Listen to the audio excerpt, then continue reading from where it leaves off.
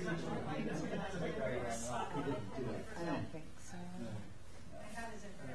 Yeah. You guys didn't get the email? No, I didn't. Jeff, I know this week. he's been traveling for a couple of days, so I know that. Sorry? Jeff's been traveling for right. Has anybody heard from Jeff? I wonder if he could not make it. Joanne even? Yeah. Yeah. I'm like, then what happened? Nothing on that post today.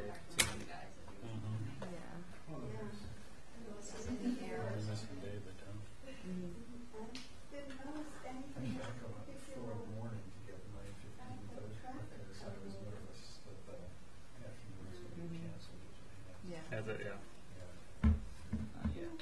Tomorrow's supposed to be nasty. Really? Yeah. Raining or just windy? Well, Oh yeah, it is compared to the wall. It's all fun. Okay.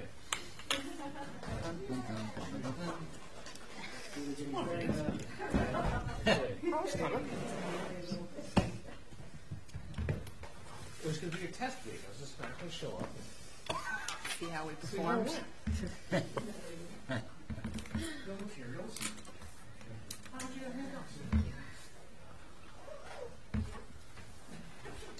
thanks, Jeff. Thank you, Jen. Good soup.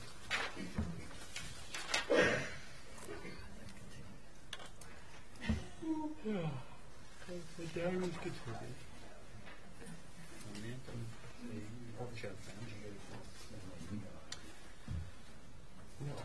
Can't catch up all day. Just haven't.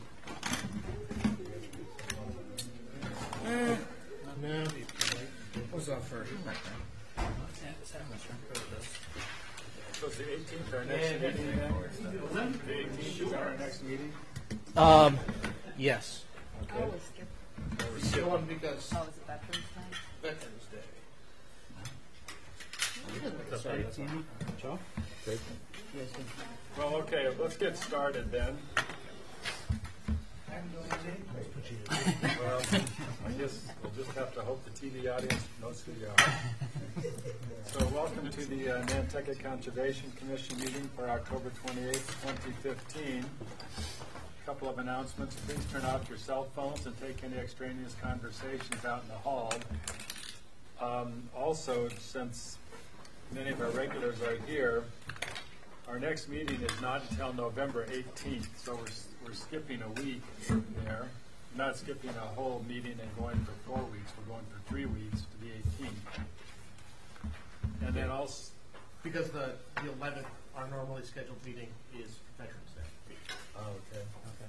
And then also, now that daylight savings time is going to leave us, those of you who come to site visits, they're going to go back to 3 o'clock.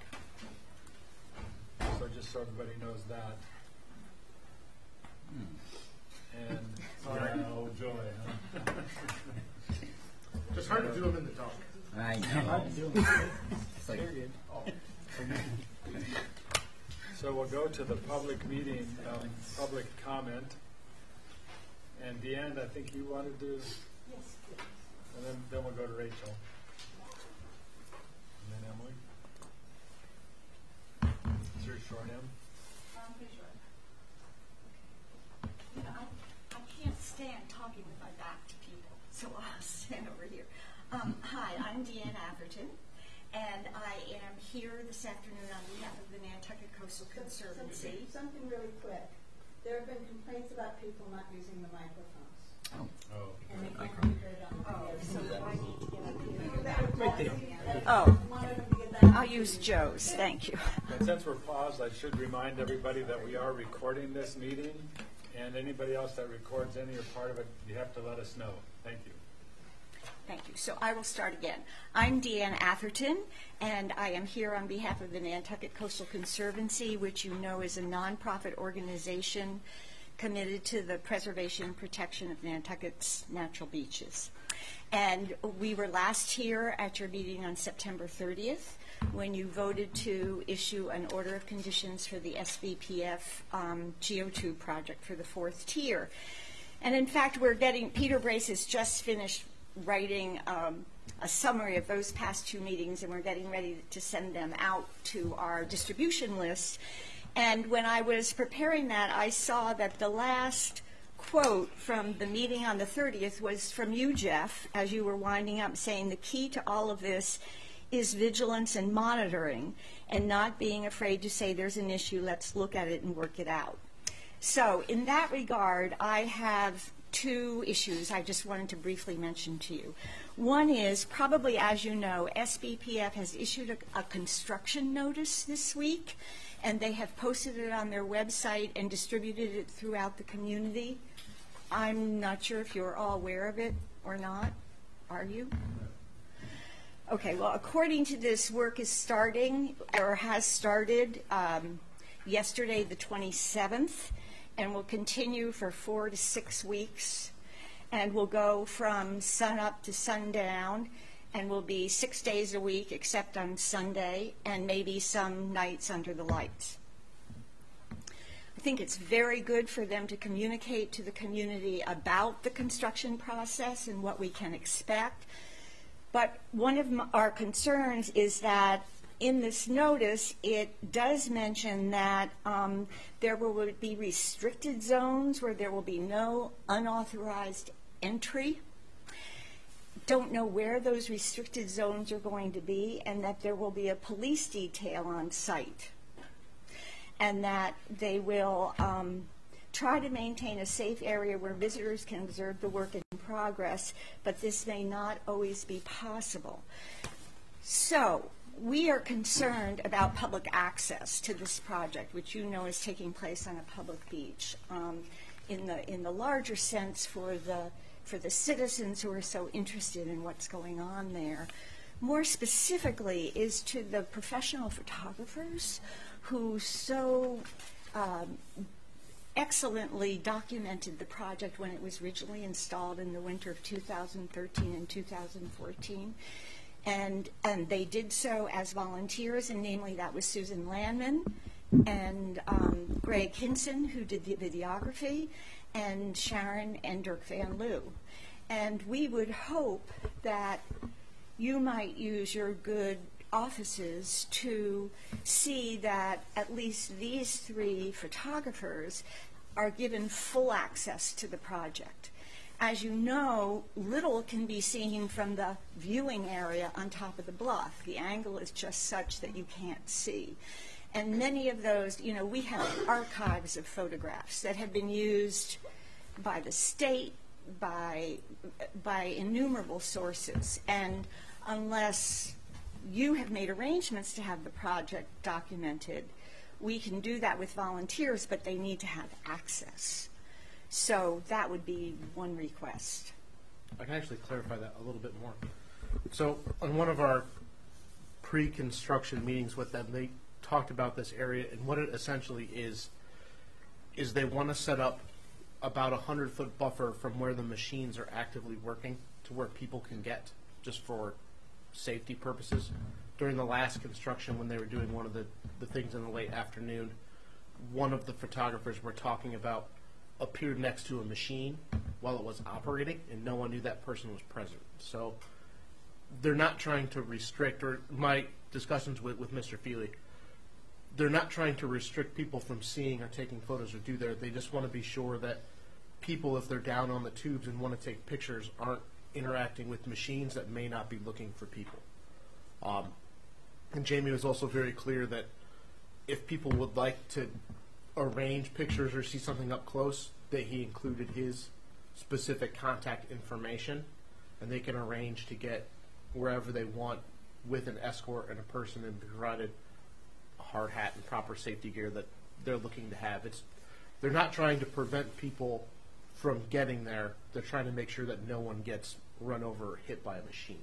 So that's what they're hoping to do, and they also understand that in the process that the walkable beach criteria that's there is still kept in place. So that's the zone of restriction that my understanding was they were speaking to, and it wasn't very clear in that notice. So I'll clarify with them and ask them to either be released or. Jeff, that would be clarify helpful. that. Of course, where safety is common ground, and no one wants to have an accident there.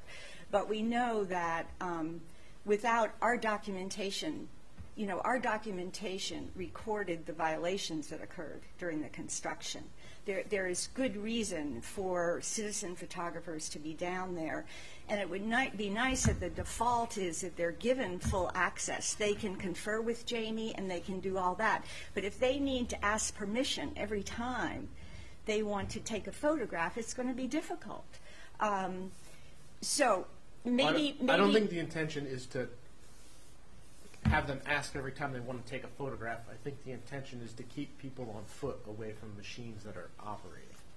Okay. And I think that's the only purpose. I don't think they're trying to prevent anyone from photographing or looking, but I'll have them clarify that and release that so And everyone, maybe be in contact with us. That would and be great. everyone can be clear. Okay, the other thing is the public access. In my role on the Roads and Right-of-Way Committee, I know that we inventoried all of those staircases, and the staircase to the south of the geotubes is an unpermitted staircase on town land, and it has been recently padlocked and roped off, and it's the only access to the beach other than Hoyks Hollow. So we wanted to bring that to your attention. I think it would be an evidence of good faith for SBPF to make sure that that staircase is open to the public as it should be. Any staircase that you have permitted has a sign that says open to the public. I might say that when we inventoried the staircases all along the bluff, it was in 2010. So our records only go to 2010, and perhaps this staircase was permitted since then, but I'm sure if you permitted, you would have had it open to the public like you have with your other permits. Where is it exactly?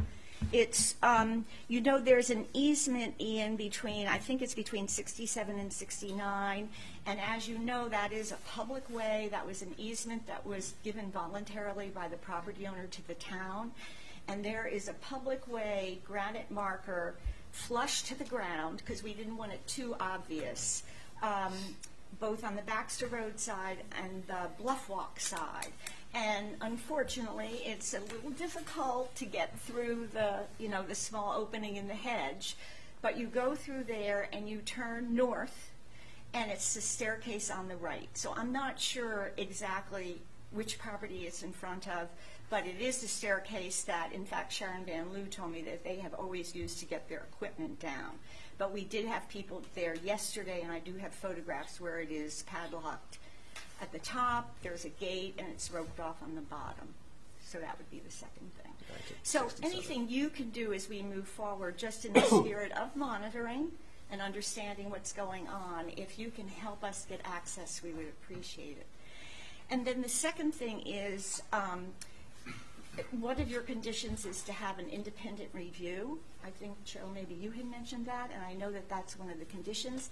And I just wondered if that, since the project is now started, if we have an independent reviewer in place. We're working on getting, because there's not a single independent reviewer to cover all of the subjects that have been requested.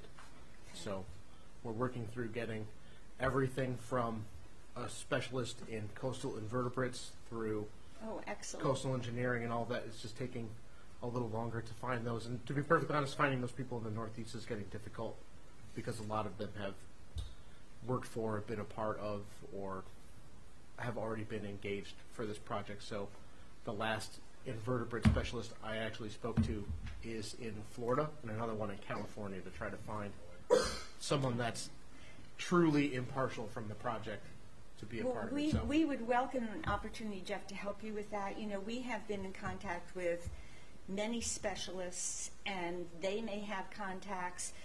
Probably you maybe have been in communication with CZM. They do have a list. No, we've been working with them. We've been working for Excellent. a few. I don't want to sound offensive, but we're trying to keep finding that person in-house to avoid any perception of being partial to one side or another completely. So We've had a number of groups reach out to offer to help, and we've said we have contacts through CZM and DEP to help us find those people. It's just a matter of getting those people to engage to do it and figuring out if they're going to want to review it for what the cost of that's going to be and the time frame to do it, and if they're willing to commit. And one of the things we think is important, that they're willing to commit to do the review for the time period of the project. We had one reviewer who was interested but wasn't sure that they could commit to a 3-year review because they were going to Australia for a year and 2 years. So, Well, we have complete faith in your, in your doing that. We would just urge all speed. The project has begun, and these first days are very crucial. And even though we have many interested people, we can't have someone down there all the time. Okay? Are you asking to be deputized? Pardon? Are you asking to be deputized? Not at all. I'm just saying I miss BAM more than ever. Remember, BAM would be there every morning at 8 o'clock or something, and we don't have that. So we know that you're in agreement with us on all this, so we want to work in partnership with you. So don't hesitate to let us know how we can be helpful too.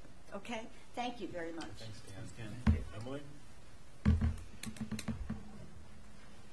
Thank you. I'm Emily Holden with the Nantucket Land Council. I didn't actually know Deanna was going to be commenting, but this sort of piggybacks on her comments, so it's sort of fitting. And I didn't have a chance to chat with Jeff because I know he was traveling.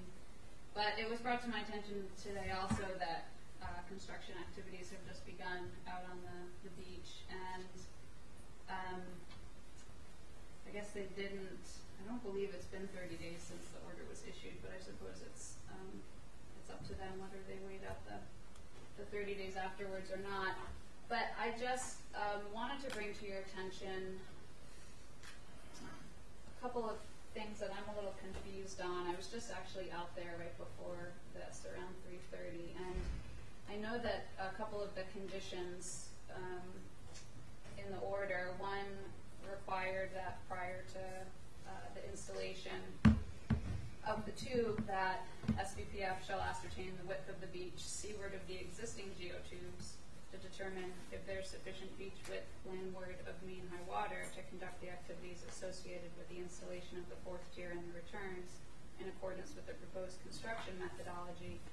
And when I went out there just now, I have a photo here that I took from the viewing platform, and the trench that's in the beach is actually to the south of the existing geotubes. And I wasn't sure if that was something that had been part of their proposed construction methodology. There are some stakes visible on the beach. It's hard to see in this photograph where the stakes are, but I can tell you that I assume that they had a surveyor go out there to put the stakes in, but eyeballing the row of stakes to where mean high water is, aside from the fact that the trench is to the south of the existing geotubes, it's pretty clear that while the trench is still landward of where the stakes are, the actual excavator and all of the dirt that it is excavating out that's being stockpiled is sort of on the line or seaward of that line. And there is another condition following up that says the stake position of the mean high water line shall serve as a limit of work throughout the duration of construction. No work is allowed seaward of the mean high water line under this OOC. And as many of you know, we had a lot of concerns about work occurring below mean high water previously. And it's not clear to me, I'm certainly not suggesting that they're excavating below mean high water line, but it certainly appears as though equipment and sand is being placed below that point. So I wanted to bring that to your attention. I didn't know if you were aware that that's actually ongoing right now, but I'm certainly concerned about how that mean high water line is staked and where the excavation is taking place and where the work is taking place. So I guess I would just ask the commission to maybe direct Jeff to be out there tomorrow morning, and that if they are actually operating in violation of this, that be addressed immediately. And I'm not necessarily saying so, but from my quick glance, it definitely was cause for concern as far as where that was taking place. And I just didn't understand that there was a possibility that the trenching could occur anywhere other than in front of the existing geotubes.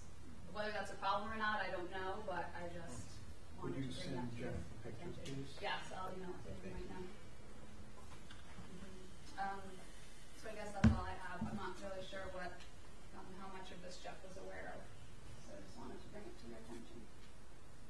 Thanks, Emily. Jeff, did you have a chance to get out and look at that? Or Yeah, I actually have and, a weekly meeting set up with those guys, and tomorrow was the day that Oh, happens. good. So I'll be out there anyways. Think there's snow. Thanks. So, yeah. So, Thank you. well, we go whether it's raining or I mean, raining or sunny. was there an understanding that that excavation was, I can't remember the construction methodology specifically, was to be in front of the existing geotubes, or was that kind of open-ended? Was that ever specifically discussed? The construction methodology they put forward was that the trenching would take place within the project area. So we'll have to see. It's one of the things, if they've staked it out. The trench that may be there may be within where the returns are going to be in that area, and maybe an area for ease of access for them that they started with. But I mean, I'll be out on the ground tomorrow morning to make sure, to see where all of that stuff is. So. We actually asked for a map for examination before they started, if I remember Yeah. correctly. Mhm. So in fact, I assume that they started without. We'll have to find out. Yeah. And I'm hoping that they'll supply documentation of who staked the pipeline for them as well, so that Especially if they're trenching further down. Right. Mhm. So it sounds as though they're going to come. Thank you. Rachel. For the Pond Coalition.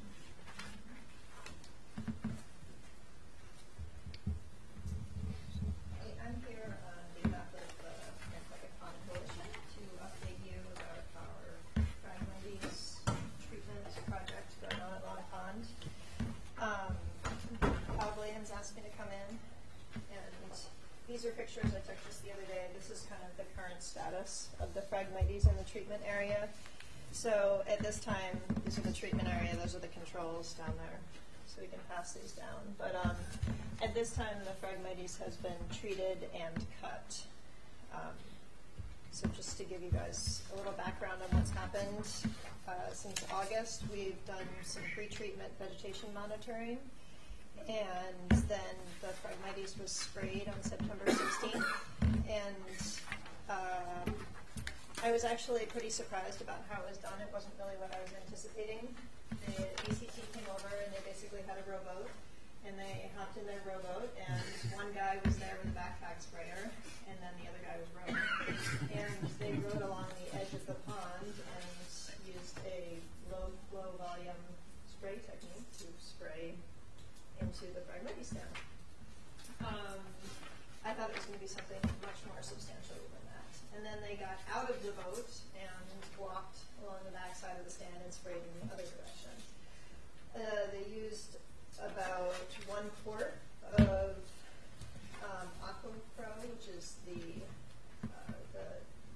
herbicide that they were using. It contains about 53.8% glyphosate.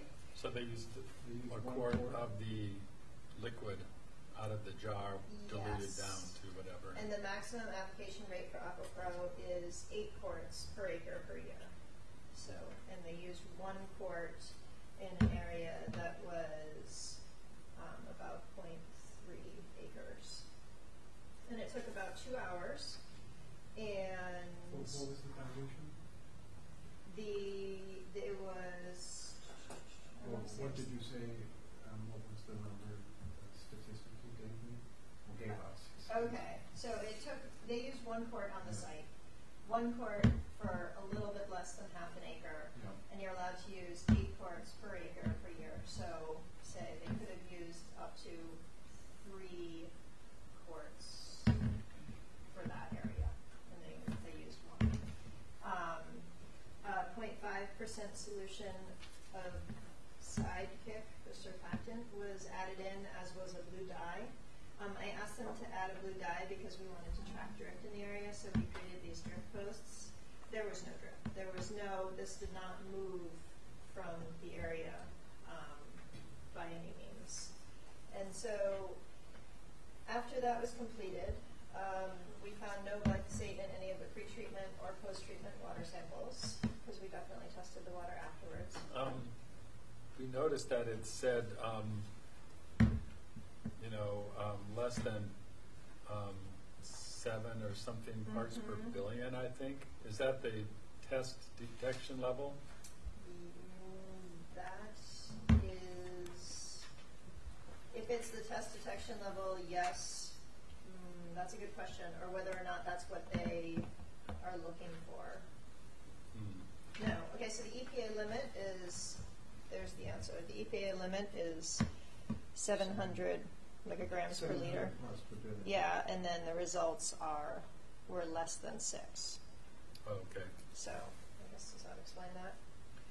I assumed that their test goes that low and they would have reported what it was. And there'd be a separate test if it was lower than 6 or something. Okay. Curiously enough, the European standard is 0.1 part per billion. I remember you said that. Yeah, I double checked it and I didn't have an email sent out, and I don't want to interrupt you. No, it's fine. But I'm getting increasingly alarmed by what I'm reading about the surfactants in particular, and about their effects on everything from tadpole larvae to microworms in the soil and so on and so forth. Right. Well, My understanding of surfactants is that there are a number of really, really dangerous surfactants out there, Right. and that the Sidekick and limonene and a couple of the natural products, for lack of a better word, are actually okay. So AquaPro isn't Roundup. Same ingredient. AquaPro is rodeo equivalent, not Roundup equivalent. Okay, well, rodeo equivalent, according to this paper from the United States Department of Agriculture, has about 15% POE, which is considered to be very dangerous indeed. What's POE? Yeah, I'm not familiar with that term. That's rodeo, not Roundup. Right, this is Just glyphosate. actually a printout about rodeo. It's a surfactant that I can dig out of here. Yes, excuse me, but I only printed this out at 3 o'clock, so I've been off island until today. And,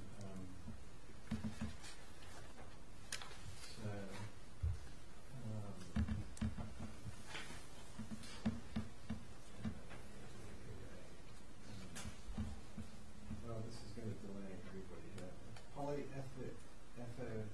Polyethoxylated tauroamine, POEA. And in Roundup it's 15%. And it says the EPA found 57 and 97 of the POE it was pushing glyphosate was. And it just said Roundup, not rodeo, though. I understand, but this I only printed out 3 pages of the 68 pages, and I really would urge you to. I would ask you to send my email out. I will. I just haven't been in. a Wikipedia article there to read what is out there, and there's Monsanto on one side saying it's absolutely fine, while they're basically keeping the surfactants as a secret, and then on the other side there are a number of governmental agencies, specifically in Europe and in Australia, that are saying that in fact the surfactants persist in the soil, and build up, very toxic to a variety of aquatic insectal larval life. And not only that, it turns out that there's been a big build-up in human milk and women's milk and so on and so forth, all of which is there annotated. So I'm sort of getting more and more alarmed that we're using it without having soil samples, without really having a protocol in use that would look in greater detail into these possible problems of using it long term. So I'm not sure if you have this information. I would probably have to look into this a little bit more. But my understanding all along with herbicide, with glyphosate, is that actually the surfactants are more toxic almost than the glyphosate itself, and that's been known for some time now. That's why we tend to not use surfactants But they come when in the product. possible. I don't think they come in rodeo. Not in road. Always. It's a smaller percentage. It's a smaller percentage. Roundup's So if like I could just loaded. clarify this for you guys a little bit. Glyphosate is the active ingredient in all of these things. Okay, rodeo, aqua, what's it called? Aqua Pro. Rodeo, glyphosate is the active ingredient. The surfactant is basically an additive that different companies add in to make the active ingredient work better. It cuts down like on waxy cuticles in grass or plants or Makes whatever it you're trying to stick. do, and it makes it Or stick and it stick, makes yeah, it there's different kinds. it makes it absorb. So the surfactants are really what we're kind of looking at, and that's really what differentiates these products from one another. So you can't talk about glyphosate to glyphosate. You're really talking about the products, and you can use glyphosate with no surfactant, depending on if you wanted to. And then it's up to the applicator to decide, okay, what am I going to use for surfactant? And like rodeo has a very low toxicity based on, I think it's surfactant, not so much its active ingredient. Does that make sense?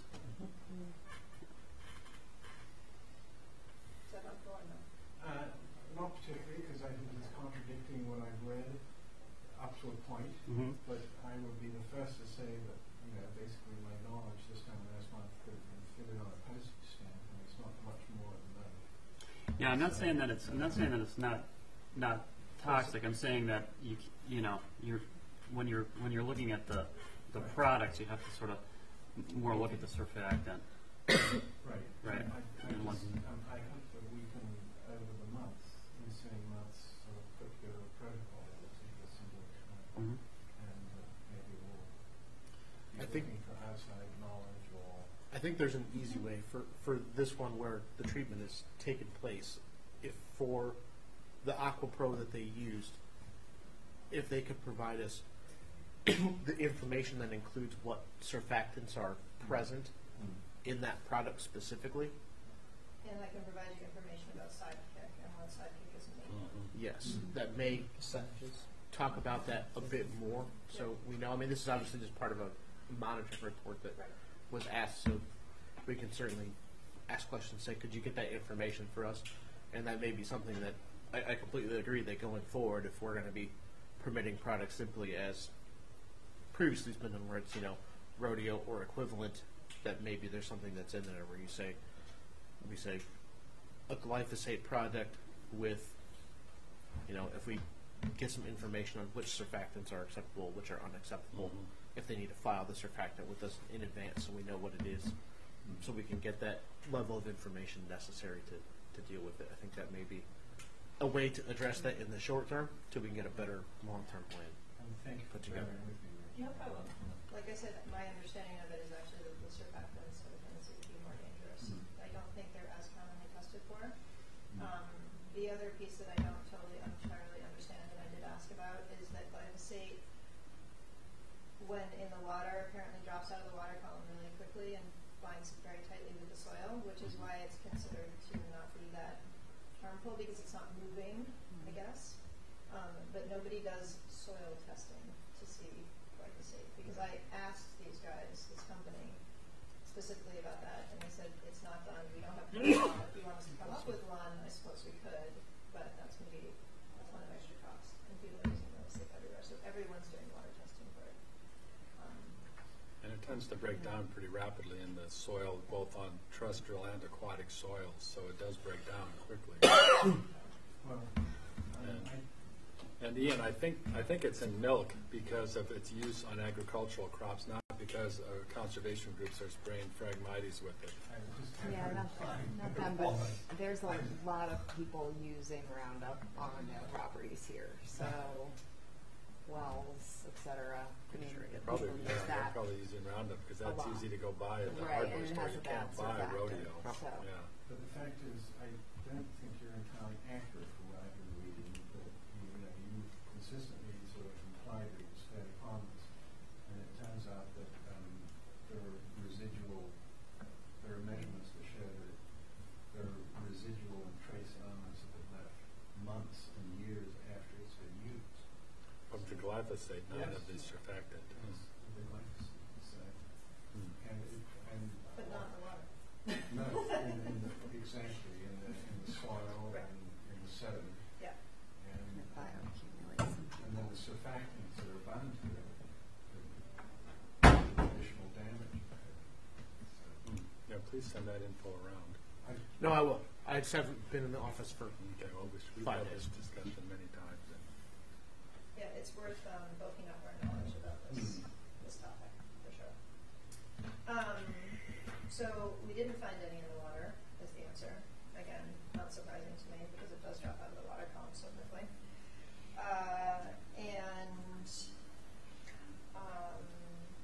Yeah, it does bring up a good point, though, not testing the soil.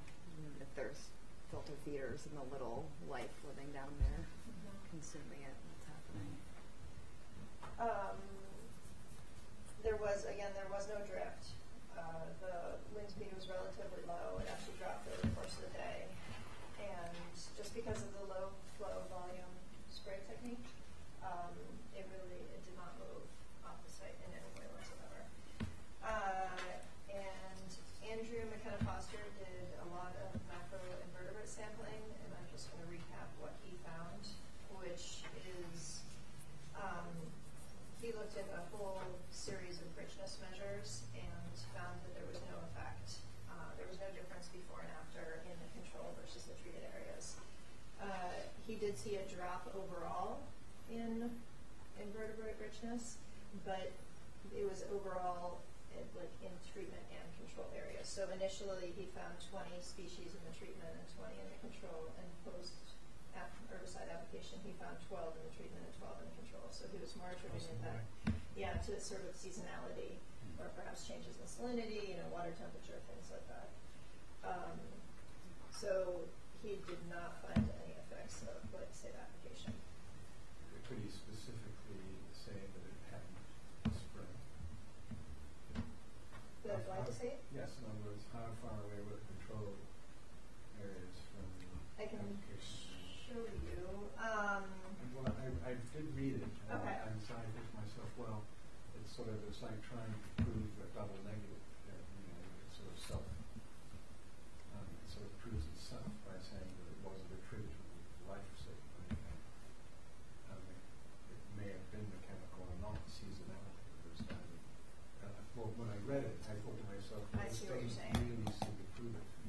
That it could have moved Right. and affected the macroinvertebrate population post. Right. So you'd have to do it on a pond that wasn't treated anywhere or something like that to see if it also dropped. I see what you're saying. Right. Well, it would seem like, though, Ian, if it moved, it would get diluted and you would expect a lower effect. And there was no lower effect. Right. Or any, I think you're I see what you're saying too. sort of, you can Oh, always good points. argue If, that. if this stuff drops down through the water column rapidly and there was no drift, how would it move? If it binds to the soil, which I know that glyphosate does bind almost immediately to soil particles. I'm not trying to dispel any. I'm just kind of thinking through if you observe no drift, if we know that glyphosate falls rapidly through the water column and binds to the soil immediately, that you'd find none in the water, then the movement of it would be probably by definition then pretty limited. So how far were the controls away? Like 50 feet, 100 feet? We actually, our water samples, these are the macroinvertebrate sampling locations. So the bridge, this is the control side, and this is the treatment side. And we did the same thing, where he put his controls right up against the bridge because he wanted to try and push that envelope. And I put my water sampling control right here. Yeah. So my water sampling stations were here and here and here and here. So I did the same thing where I shifted my controls towards the treatment area to really try and pick up an effect.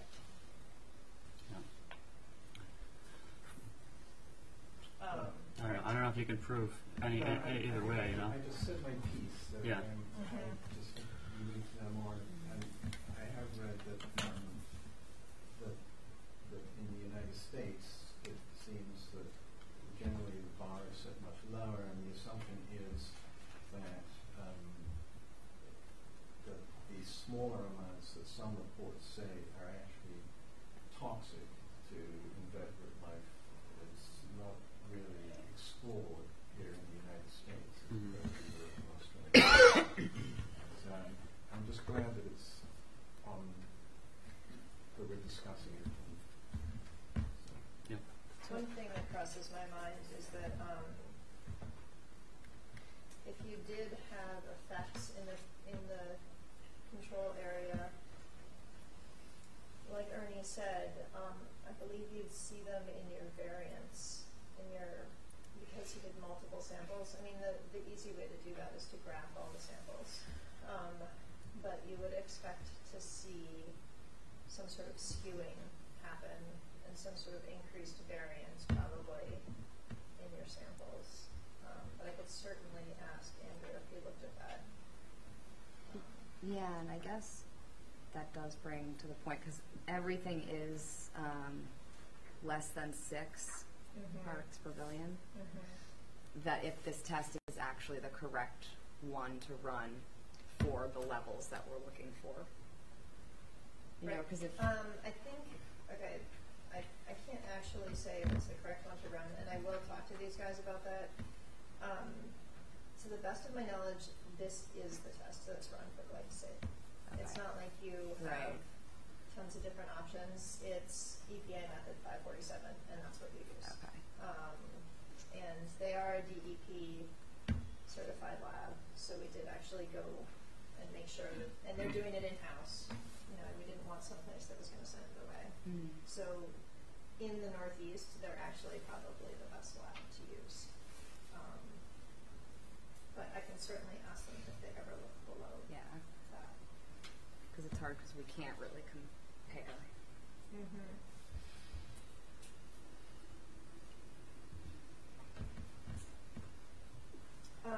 So I think if you guys have additional questions, I'd love to write them down and I can happily provide you with more information. I will be really interested to see what happens out here, just because, like I said, I was expecting a much bigger deal, you know, where they were spraying herbicide everywhere, and they were not. And I was expecting them to cut that up and mulch it, and they did not. So I'll be truly impressed if this actually has an effect, that it's a much lower key herbicide application and treatment protocol than I expected. So if it has an effect, that's good. And in some ways, the spraying, since it does use a dilute product over that large of an area, probably actually applies less herbicide than a clip and drip, because you're using a fairly either a 50% dilution or no dilution at all on clip and drip.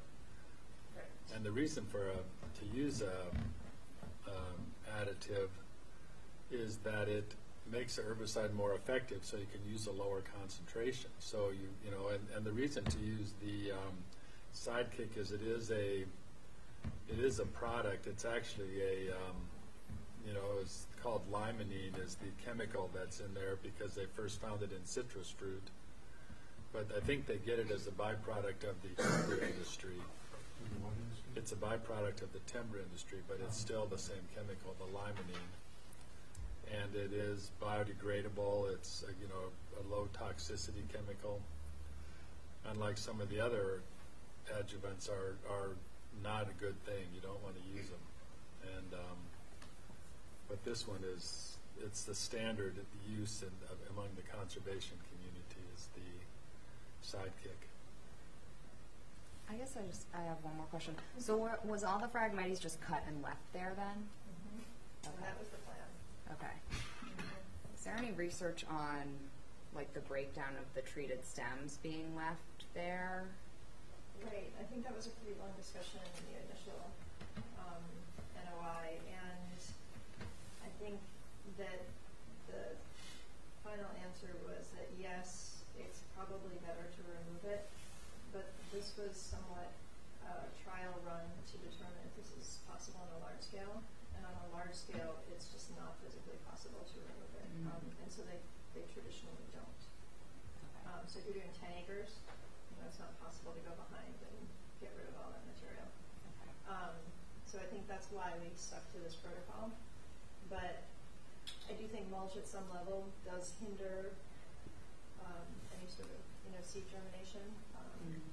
have discussed that if it becomes an issue, then, you know, reseeding the area is a possibility. But there's enough native plant species in there that I would hope that things are able to come back. What would the commission think of dropping a match in there? I'm serious. What would you think about burning it off? Would it be effective? What- Would you Well, burn? if it's dry, I mean, if it's above, you know, water line, it would probably Would burn it quite a damage the bit of it. cattails? Or are there actually no cattails left? No, it's pretty much pure stands of frags. Well, it might top kill them, but they're underground. They're like everything else that's underground, and it's. I would say go for it. That's I think the guy. homeowners in long run plan may Yeah. I mean, don't you get a die-off like that every winter though, with the ice in there? I mean, isn't that sort of a natural Oh yeah, it does. breakdown Yeah. anyway? So I mean, I mean, it falls over. There's a huge thatch layer yeah, already. I would think that you're going to get that, and you didn't do anything. I mean, it's not going to be that extreme, but yeah, Yeah. we do have a big thatch layer. It's going to make it easier to count fragmented in the spring. You know? Right, that's the key. Spring. See what happens. And I will get back to you with the answers to your questions. Thank you. Thanks, Rachel. Thanks. Okay, that's the longest public comment period we've ever had. Yeah, thanks for coming in. We do appreciate the report. It's very important. It's more important to have the discussion than just let it pass. Drip torch will travel. Okay, thanks everybody. And we do appreciate the detailed report and the time that went into that. Thanks for coming in. Okay, so we'll now go to the public hearing notices of intent. And one, Diamond at 10 Jefferson Ave is continued to the 18th. Mr. Chairman, also number 3, Todd at 11 Winnet. They've Oh. also requested a continuance to the 18th. Sorry, they called after everything was all printed. Okay. So Todd is continued as well. And with that, we go to the town of Nantucket at 39 Nonantum, Fisherman's Beach. And real quickly, too, before we get started, this one in number 4, Mr. Chairman, I'm trying to get file numbers from the DEP today. We're not able. No file numbers, huh?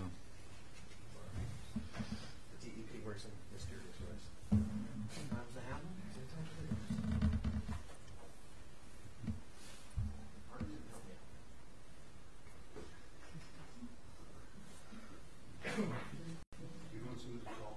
Is anybody? Yeah. I was gonna say, Oh, yeah, Rob. There we go. Step up. unless you just want to come back in 2 weeks, but Yes, I'm Rob Anderson, and what we're trying to do is the Surfside Association would like to donate a small deck and bench at Fisherman's Beach. And need help and guidance as to how to get from here to there.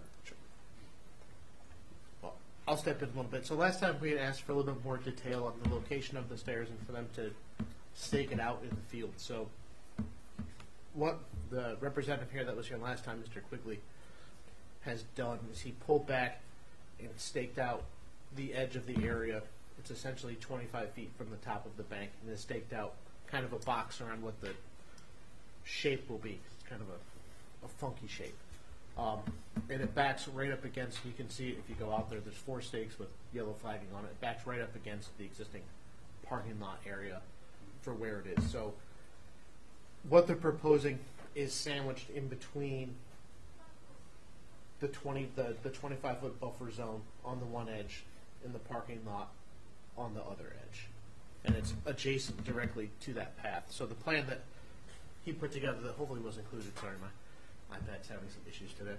The one that's there, he had marked off that 25 feet from the bank and then its location adjacent to the existing footpath that goes to the top of the stairs.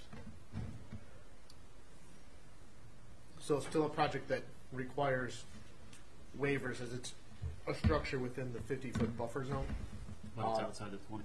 But outside the 25. And that's, I guess, for you guys to discuss for what it's worth. So I know when talking to them and then looking at it out on the site, obviously moving back another 25 feet to make it compliant puts it kind of in the middle of the existing parking area, and it didn't seem to make sense to anyone. So, What kind of vegetation? I haven't seen it. But so the vegetation that's there, just to kind of go over, it's Huh? Yeah. Okay.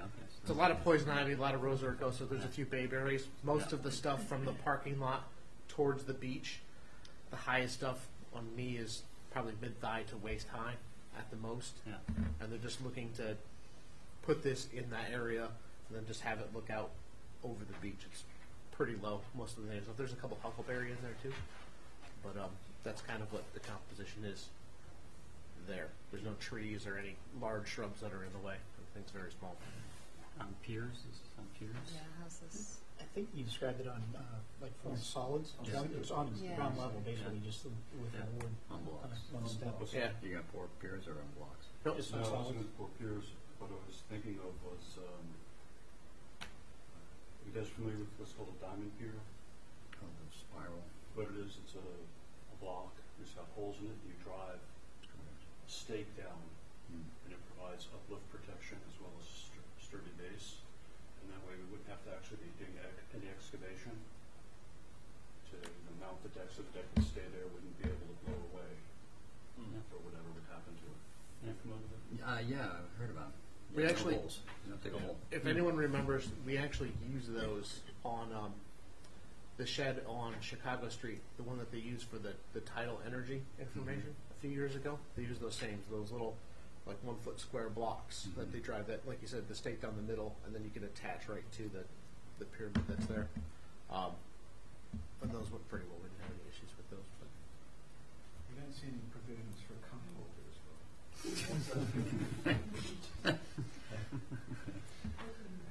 Okay. Any provisions for cup holders? No cup holders. You didn't see the vinegar fruits that's built in the bottom. Are you guys gonna let the vegetation regrow back up to the edge of this thing? Yes. Okay.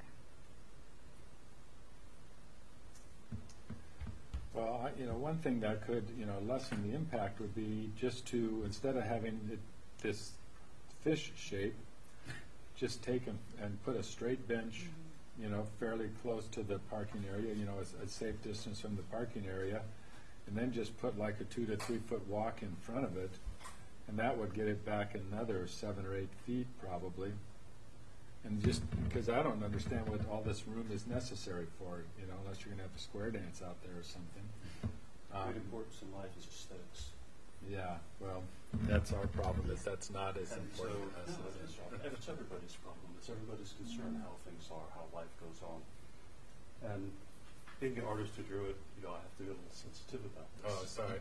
I'm not saying that I don't like the aesthetics, but I'm just saying that we're trying to find a way, if we're going to permit this, if you want to get this in there, you might have to compromise here. Well, I have to say that I like it the way it is. Yeah. And Okay. under the circumstances, I feel we should definitely have it. Well, what do agree. other people think? Andy, what do you think? I mean, the fact that, a couple of feet doesn't make much of a difference. I like the fact that you're not digging piers in. Yeah. Joe? I get where you're going on that. I like the curve of the bench. I don't really agree with the deck on the bottom side, coastal side. I mean, I agree, it's a couple feet. it's going to come back a little more. It says to be handicapped accessible. Oh, there you go. Then, so they have to have room to turn around and, oh, yeah. Yeah. But is the path handicap accessible? I mean, 3 foot in and 5 foot radius. 5 foot radius. It's not a wood path, is it, or is it a hard dirt path? It's a hard dirt. dirt path. Yeah. Out of So the it's gravel different. parking lot. Yeah, it's not into the sand yet, huh? That'll be that deck is level with I assume level with the parking lot, right? You kind of go. Right, because There's no step you can't up. have more than a 1 inch, 1 inch You're right. rise, so it has to 6 be inch lower, so high and all the that, person yeah. in the wheelchair can Yeah. get up on there. You get up right there. Ben, you okay with that? I think I'm okay with the design, yeah, particularly if it's Rosa rugosa and which is non-native, and it's poison ivy, which is not protected. I don't think a couple of feet's gonna make a difference. Okay, well, it sounds like you have a majority at the commission. In which case, I think we're happy happy with your design. And we do need to continue this because we don't have a file number, so it's a technicality. Oh, that you we- might want to take public comment as well. Oh, yeah, anything from the public still? Yes, sir. Could you come up, please, and speak into a microphone and state your name? The name is Mullen, and most of the vegetation is quite low in that 2 feet category height. But southeast of it, the vegetation is quite high. So the view is really south and southwest. And so I don't know if you put restrictions on them mowing or trimming the vegetation, because I would think that there'll be efforts to trim it down. So We I'm don't just allow pointing it this out to to you, proceed. unless you had a site visit and you saw it yourself. It's 4 or 5 feet high. They really can't see looking south. East. Condition it so No, there's no cutting. It's If already you not decide, cutting. it was said here that the vegetation is 2 feet high. It's a good point. In most of the places, It's gonna be it's a lot conditioned higher. that nothing's cut. Yeah. Yeah, we usually don't allow this to prune it, so. Would you not, you said? Yeah, we do No. not, no. Okay. Yeah. Thank you. Thank you. No, thanks. Anything else from the public or the commission? Thanks, but the signing copy of the drawing. Yeah. So it's actually nice. Tonight's one of those weird instances too, where unless we're going to issue the order tonight, I would also recommend continuing because it's a 3-week gap that puts us to the day where we have to issue. So this one bucks out that we're still waiting for the file number for it, but I never like to get onto the day. Exactly. Yeah, you're right there. In case something clearly. Okay, so you have to request to continue. Okay, can I request to continue? Yes, we'll continue this for 2 weeks or until the 18th unless I hear an objection from the commission. Okay, thank you very much. And I certainly didn't mean to, I wasn't insulting your drawing at all. This will be approved and we can I think you're in good shape, it sounds like. Great, thank you very much. We enjoy the drawing. Are you leaving that one? Yeah, I'm going to go get back and get this. Don't take your time. Okay, Segal at 75 Starbucks Road.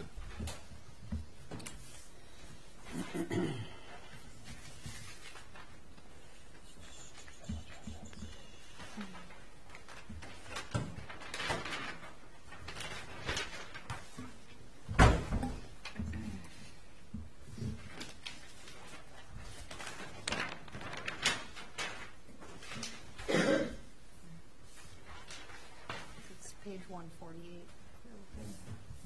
Thank you. For the record, Paul Santos with Nantucket Surveyors, representing the applicant and property owner Greg Siegel. This is a notice of intent filed for the redevelopment of a residential parcel located on Starbuck Road at the intersection of Baltimore Street out in Mattocket.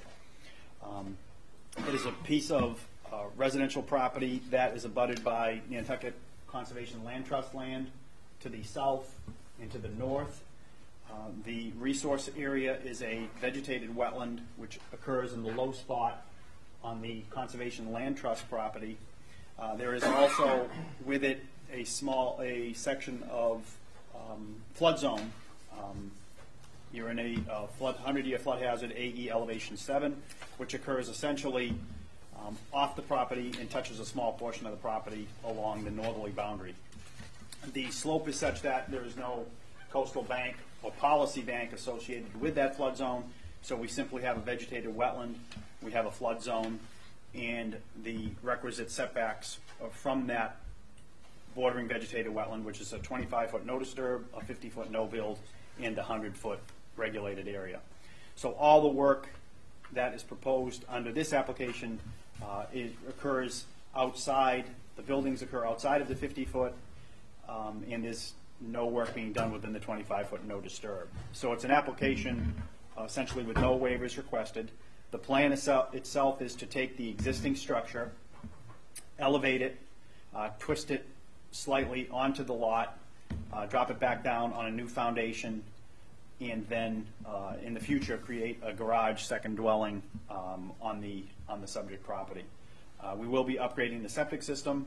That will be done outside of the 100-foot buffer zone, and there'll be essentially with this associated landscaping, utility infrastructure, and so on. The site itself is now serviced by town water. There is a well that's on the property that's been decommissioned. The town water does come through the entire Starbrook Road subdivision now, and this property is connected to that particular area. The site itself is within a completely mapped NHESP, so an ongoing NISA application has been filed concurrently with the notice of intent. We have not received a response back, so we don't have that component completed at this point, and we also don't have a DEP file number issued for the project. So we will be asking for a continuance till the next meeting, but I'd be happy to answer any questions. I'd actually like to briefly touch on Laurentide's environmentals report on the project. They do agree with the resource area as delineated. They did have a couple questions and recommendations. It says, is the basement footing elevation in excess of 2 feet to the highest groundwater? The answer to that is yes. It's a shallow foundation that's out there now, essentially a walkout out the back side of the property. While we are lowering that by approximately 2 feet, we'll still be well above the groundwater elevation on the property. And they do recommend limiting the exterior lighting on the wetland side of the building, which would be this side, the northwesterly side of the building. I'd be happy to answer any questions that you may have regarding the application. I didn't hear the last part of it there. Did you say something about They limit their recommendation from Laurentide was limit the exterior lighting on the wetland side of the building. So this is your existing tree line, right? It almost surrounds the existing building? Correct. The tree line, the brush line is in this particular area, is essentially around the developed areas. It's along the parking lot, the parking area, along the backside of the building, and up in this area here.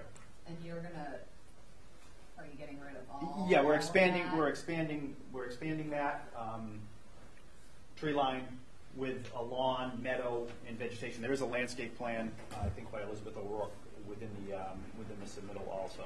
But we do not exceed the 50% between the 25 and the 50 requirement for that any type of that vegetation removal. Paul, is the garage being constructed as part of this application? Yeah, I'm showing this. This is part of this application, Okay, but I don't think at this point they have HDC approval or anything for that. But so that it's is not- it is being requested as part of this application. Okay. Yes. Its location may shift and change. It'll all be outside the 50. If that does happen, what I'll do is I'll submit either an amended order or a minor modification request to pin down the actual location of the garage second dwelling. Okay. So But it will not be at any point a waiver request in less than the 50-foot requirement. Okay. So, Is there like a plant species list for what's? I don't have one actually, but like I said, we're continuing. I'd be more than Yeah. happy to get one for the backside. No problem. And we'll see what Heritage has to say about the clearing and that Yes. sort of Yeah. thing. They'll come. Yeah, right now you get there's a lot of I don't think it's native on the backside. You get a lot of pines, scrub pines in that back area. The Conservation Land Trust does seasonally mow that. They completely mow that property along the back. They mow this entire area. They mow that area. So they do work within that area. But the lot itself has been left and has not been cleared since its original development. My other question, is the development almost moving closer to where like we get this flooding and overwash? Well, no, not necessarily. The black is the existing dwelling. Right. The red, it's just getting picked up and twisted this way. Okay, and then The what you're garage saying- is the garage is clearly going in. Patio But that stuff going forward. that flood zone is actually right here. It's elevation Right. 7, so that's the limit of the 100-year flood, which is in here. The lower portion, which is down in that area, that's essentially the flood zone coming in. Okay. I just didn't know if we could move things further out of the way. Well, we do have a front yard zoning setback in this area here, but we're essentially staying. But that flooding there, I mean, this is elevated. The low portion of that area where the wetlands is down around elevation 4.5. Flood zone is 7. The developed portion of the site is up around 11, 12. So we're quite a ways above that lower elevation. Any public comments or questions? Seeing not anything else from the commission. Quick question about the leach pit. Are they not requiring you to put in a new No, system? there'll be a new system put in, but that'll be put in completely outside the 100. Okay. Yeah, there'll be a completely new system on the site. Okay. But that work, again, occurred outside the 100, so. Yeah, I figured. Yep. Okay, well, if there's nothing else, Paul, do you want to continue to the 18th? Yes, please. Is there an objection from the commission? We'll continue this to the 18th? Okay, so it is. Thank you. But you're continuing most of the time because Okay, that takes us to 276 Pulpus Nominee Trust at 276 Pulpus Road. For the applicant, Art Gasparro, Blackmore Associates. Before you tonight with a notice of intent application for work on an existing residential property within the 100-foot buffer zone to bordering vegetated wetlands. We've had the wetlands delineated as shown on the plan, and I show the 25, 50, and 100-foot buffer zones. The proposal is to renovate an existing structure that's there, which is shown in cross-hatching, to pick up the garage and to relocate it back and kind of tie all the house together. There's architectural drawings that are included with the application as well. All of the work is proposed outside of the 25-foot buffer zone, and these structures are outside of the 50. I believe that this possibly could have been an RDA, but I did it as a notice of intent due to being conservative in terms of requesting a waiver for the 2-foot separation distance to groundwater for the footings. I don't know the exact groundwater elevation, but given the elevation of the nearby wetland, I suspect that there would be a chance that we would be within that zone, and any dewatering would be temporary and would be pumped outside of the 100-foot buffer zone to a settling basin. That would just be temporary in nature. And with that, that's really the extent of the application. It's kind of just to reconfigure the house that's there, the garage, and lift it up and renovate it and those sort of things. We kept it right at the 50. They originally had it within, but so the edges of the little relocated garage is pretty much right off the 50. That'd be happy to try to ask questions. So. Questions for Art? What's happening with the drive? So I show the proposed driveway just to the 25 to get wide, for around here. Now, I just heard from the owner today who actually told me he doesn't really need that. They're going to create doors here on the south side. So it'll just... Yeah, so there would be less area. I still don't know if they're going to want to have it's just a sand track that comes around, but they won't be coming into the doors here. They'll be coming in on the south side. So I showed it just because I had no plans from them of that, if they were going to come in and out on this side, limiting it to the 25. But it'll be certainly much, much less driveway. Yeah, because almost like on the aerial, it doesn't really look like a driveway per se. Even we label it here as sand track. Yeah. It's just sort of, and that's what he just, like I say, I just heard from him today as I was questioning this, and they said they'll be coming in on the south side. So red lawn ties. yeah, we agree with that in terms of the mowing and the edge of the vegetation.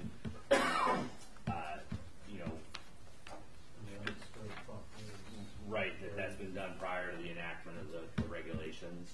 I have a 1971 aerial photograph that I could submit with respect to, that shows the clearing that happened down and around there.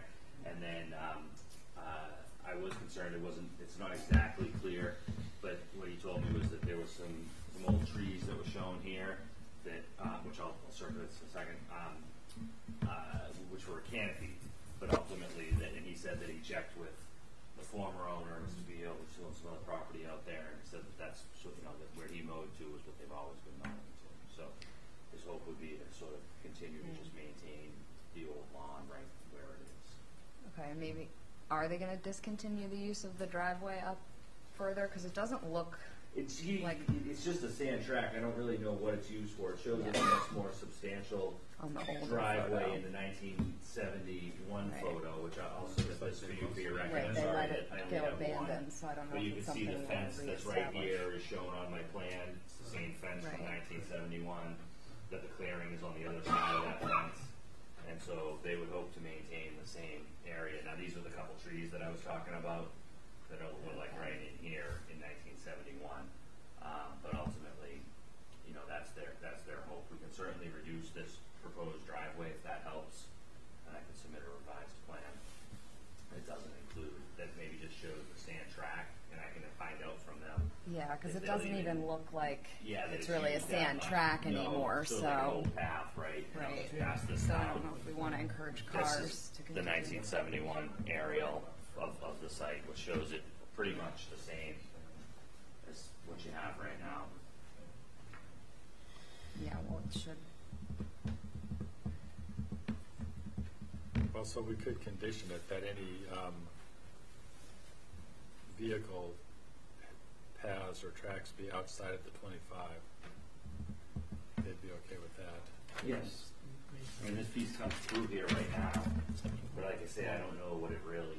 It doesn't Looks look like like it's it's on on there. there. It looks like it's Right. gone. Yeah.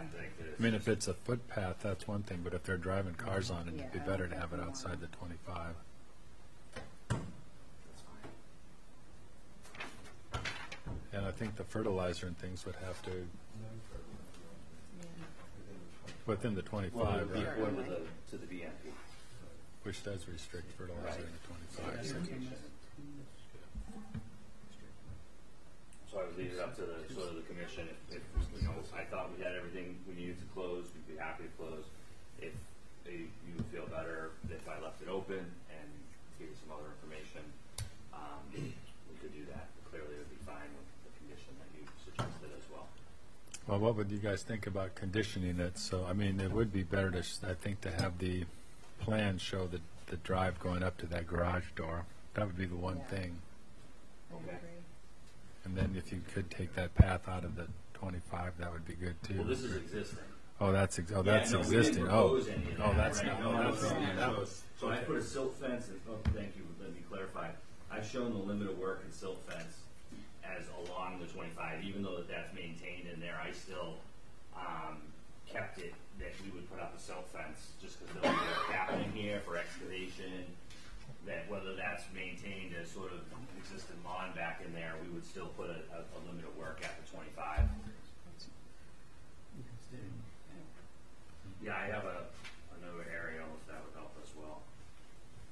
Yeah, it shows up on that thing. Yeah, it just connects back to, It's still there. to back in here into this other driveway. And again, I believe that goes back to some common ownership situations that used to exist. Looks like it's been a while. Yeah, the Beatles used to have quite a bit Yeah, of property there. exactly, here, and then this is Mark's big property. Right. Yeah. And are they willing to do any revegetation? He had hoped to leave, you know, he's like, we've been here for so long, we love it, kind of the way it is. When I quoted him Bruce's report, and he asked, you know, he said, the owner, what he said to me was, we moved back our garage when you told us too hard. Because they gave it to me and they wanted it, you know, partially in the 50. And I said, I don't really know that, you know. And so he said, well, you know, that their hope would be to sort of, given the way that it's been done for so long, If it's just in that area, grandfathered, it's to grandfathered, maintain it. yeah. Right. Previous organization, so. Mhm. That's why then I got the 71 photo for your record to have some of the base on that. The exact one I think is difficult to tell on that, but it clearly shows the use and the activity all in this area. It's not all that different. And since they're not really asking for waivers, then we No, don't it's just have the a lot of groundwater. We tried to make a lot it of so that bargaining we kept power here. The limit of work at the 25, the structure at the 50. And like I said, if it wasn't for the, I felt we were right on the margin there on the NOI versus the RDA, but I think that there is a good chance that the footings would be within the groundwater. Do they irrigate this lawn? I have no idea. Doesn't look like Yeah, on it that doesn't look photo. like it. I'm wondering if they don't, if we could Well, I would keep it ask that for the way. same, given that, you know, Yeah. no conditions and going forward, that it would be subject to the best management practices. Because I would hate to see that someone puts in an irrigation system after, and whether it's this owner or next, and then it's contrary, you know, to a condition. Right. So if you have the practices that say it won't be within the 25 and somewhat allow it, I don't know whether they will or they won't, but I know that it is certainly the trend. All right. It just encourages the fertilizer use, et cetera, with a lawn that seems to be doing okay. Okay, well, anything from the public? Anything else from the commission? Well, Art, do you want to close it and put Yeah, yourself happy up to close against it, the, and I can give you a revised plan that shows the driveway going to the front of the garage if you would like, or if Jeff would feel better to do that for the next meeting, given Well, that that's- time that he yeah, mentioned maybe last we'd be time. better I'd be off. happy- If we can revise the plan, I would feel better about it. I would be happy to. Yeah, why don't we- do that, and we'll have just hopefully Okay, a brief so- discussion at the next hearing. you want to continue to the 18th? Please. Okay, unless I hear an objection from the commission, we'll continue this to the 18th. I think there is a, there are possible I think so, yes. comments we had and then when the plan comes in. So if there's any further questions or something like that. Okay. If it were 2-week one, maybe the difference, but the 21 days. It's fine. Thank you. Okay, thanks, Art. Okay, amended orders, the land bank at 80 Comet Ave.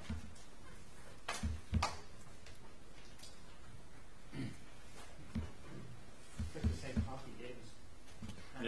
Yeah, pretty much, huh? It took about a half an hour to get some information. Somebody's doing a smartphone. I'm Rachel Freeman, representing the Nantucket Land Bank, and we are looking at continuing to remediate Japanese knotweed at 80 Comet Ave, and I was here last time, and I believe we continued because we wanted to look into the possibility of doing invertebrate sampling or monitoring associated with this project. Before I go there, can I just update you a little bit about some of the information I just discovered? I just wanted to make sure that I have my facts correct. So, rodeo is the isopropylamine salt form of glyphosate with no surfactant. So rodeo actually has no surfactant in it, whereas Roundup has a surfactant, which is POAE, commonly, not always. There's a lot of data on the toxicity of that surfactant. When I looked around, I did notice some literature that was looking at the effects of Roundup, glyphosate acid, which is not commonly used, and rodeo on a variety of levels of organisms. The one I was most recently looking at was describing effects on diatoms and things like that. It sounds like that rodeo does have the potential to impact, or the greatest potential to impact algae species, which makes sense because they photosynthesize.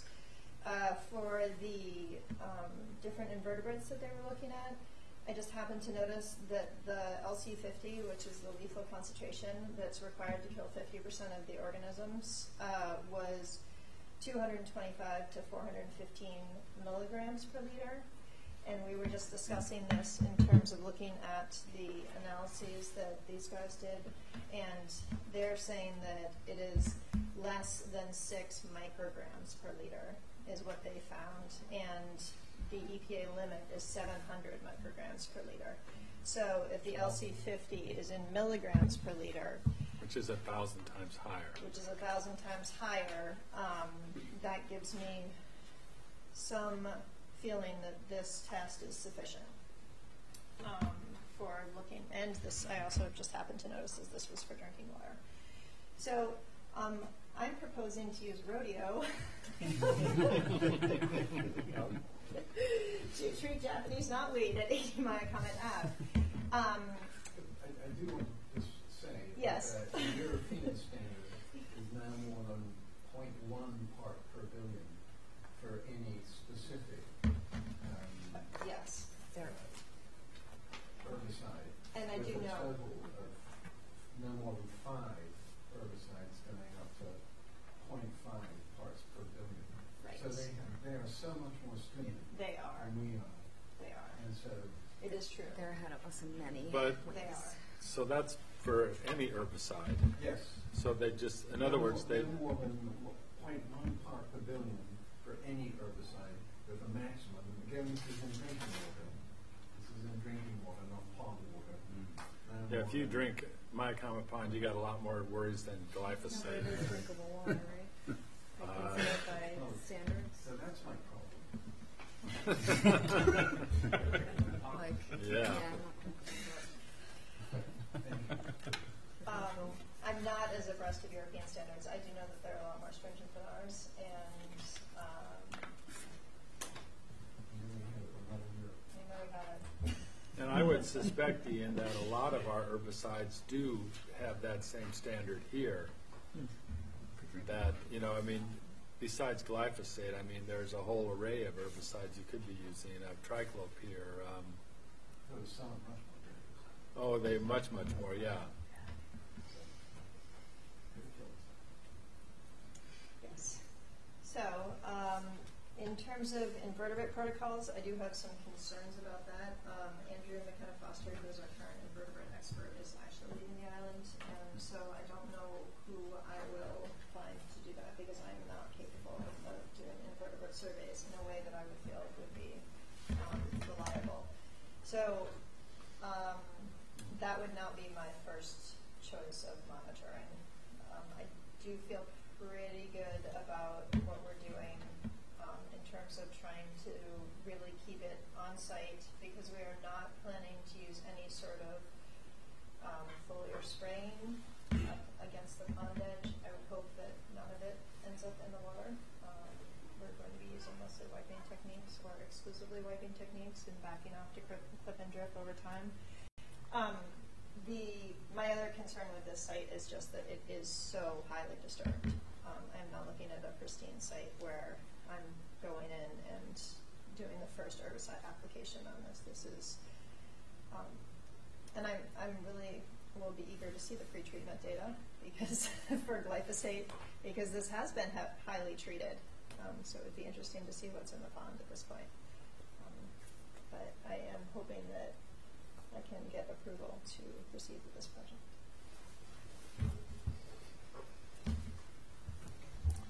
Any other questions from the commission or the public?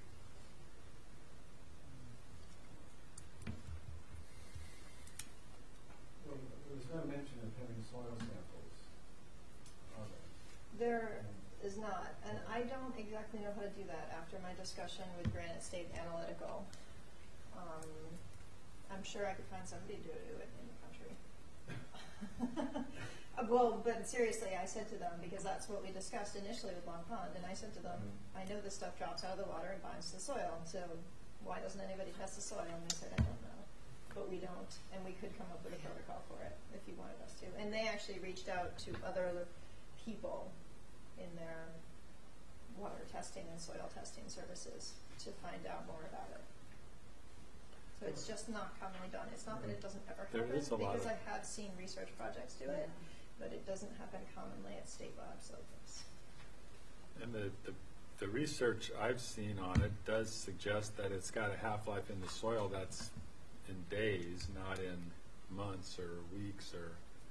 I would actually be happy to find a place that did soil testing because I'd be curious myself. And I could probably find that information somewhere. It may depend. I mean, if you apply a lot, and even if you have a half-life of a certain amount of time, if there's a whole lot of it there, Right. it's going to take a long time for it to go away. I mean, if you have a spill or something, or Right. It would be good information to have, so I'm perfectly happy with that being in the order of conditions that there's soil testing required. do you want to see if you can get it done before you box yourself into that?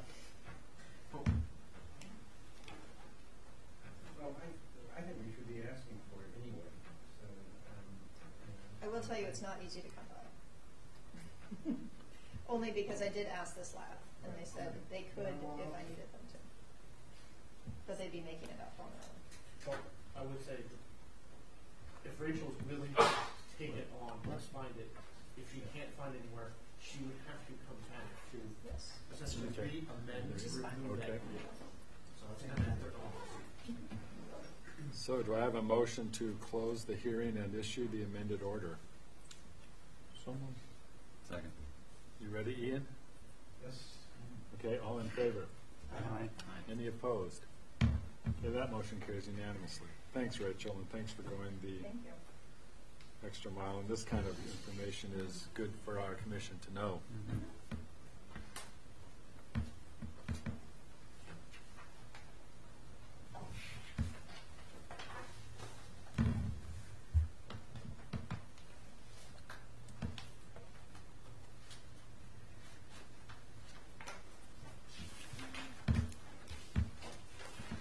Okay, we go to the public meeting, request for determination. Nantucket Investment Holdings, LLC, at 24 Pocomo Road. Thank you for the record. Paul Santos with Nantucket Surveyors, representing the property owner and applicant, Nantucket Investment Holdings, LLC. The property is located at 24 Pocomo Road. It is a request for determination of applicability to accurately define the resource areas on the site. No work is proposed at the present time. The site is located on Pocomo Road on the southerly side. It's an existing developed piece of property with a single-family residential structure, well and septic system. And there is a vegetated wetland along the southerly border of the property, essentially which borders two residential lots on Medui Creek Road within that subdivision. This is actually Child's residence on Medui Creek, and Medui Creek wraps along this area, along the southerly portion of the site.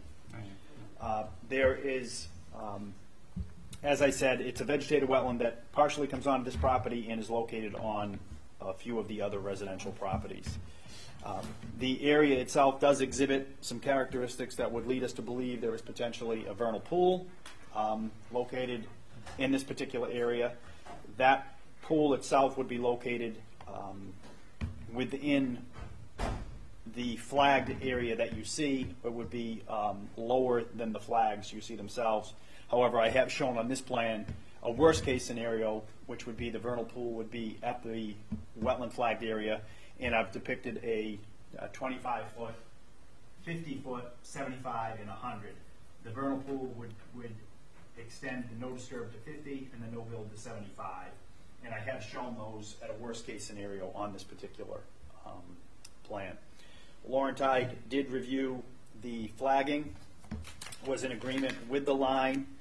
They stated also that the wetland is properly flagged and is likely to be a vernal pool. No work is proposed under the RDA. And they did mention that there is some landscape debris being deposited adjacent to one of the wetland flags. The property did recently sold. I'm sure that's been historic over the years, and I will let the current owner know with regard to that component here of stopping the disposition of the yard waste within that adjacent to that wetland area. That's the application before you. Be happy to answer any questions that you may have. Any questions for Paul? You're going to investigate that vernal pool situation over time? Yeah, I mean, I don't know if if necessarily we're even going to be doing any work, particularly in that back, potentially in that back area, but we will keep an eye on it come this springtime, yes. Okay. As I said, that's a worst case. I mean, I know the line won't be just based on the grading out there, that it wouldn't never be that high, but I did want to at least show kind of what the scenario is. But it's pretty, this is the first thing you look at when you get out there and get into that low area. You say, geez, this is probably a vernal pool. So I would say with that, not to jump the gun, but I think if we decide to issue that positive 2A for the resource area boundaries, then we would say that it's a bordered vegetated wetland with a potential vernal pool to be investigated upon, further driving. So that way, if this comes back, they come in and say the wetland lines have been approved under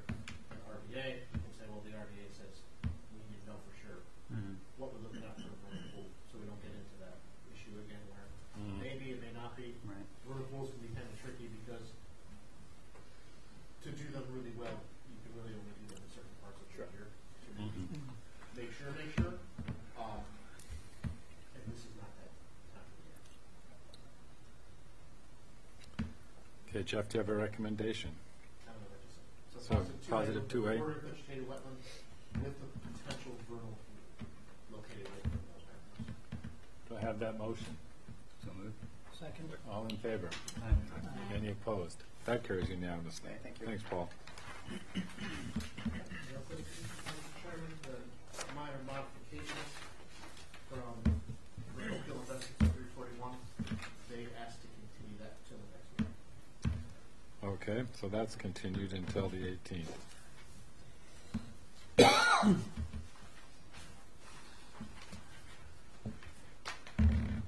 Okay, certificates of compliance.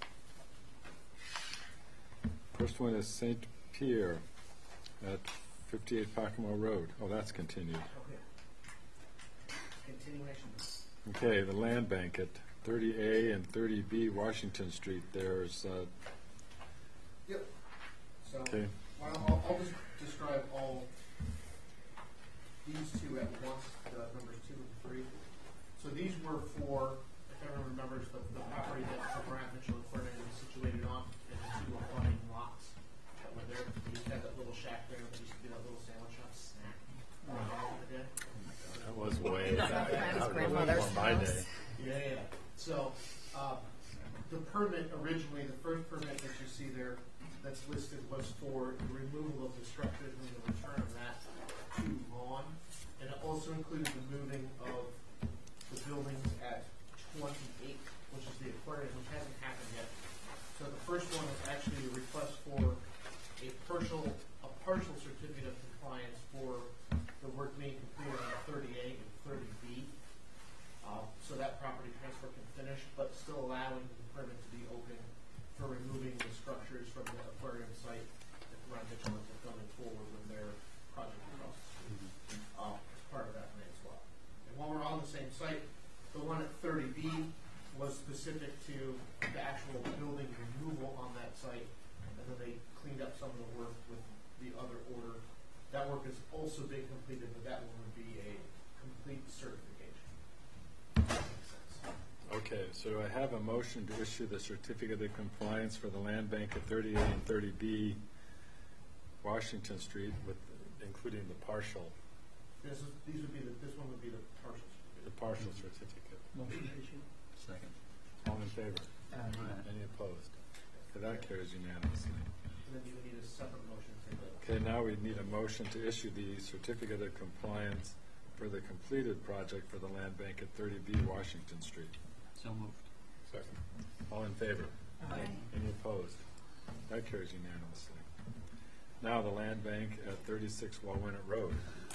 So this is the project that's right next to the entrance from the Dewey Creek. There's a house that used to sit up on the hill on Wauwinet Road, and the land bank took possession of it. Now there's the lone bench there, so you can enjoy the vista of Coldest Harbor.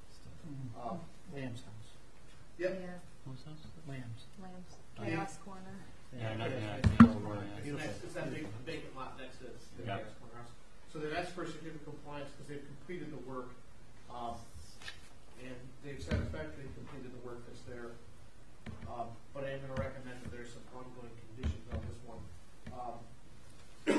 specifically related to, they had started some invasive species work kind of on and off there. So we had some specific requirements for that work. And then we also permitted, there's that little tiny isolated wetland in the middle of the meadow there that had an annual mow that with that as well. So I'm recommending that those conditions be ongoing so they can continue to manage that property as they're managing that property. So other than that, it's a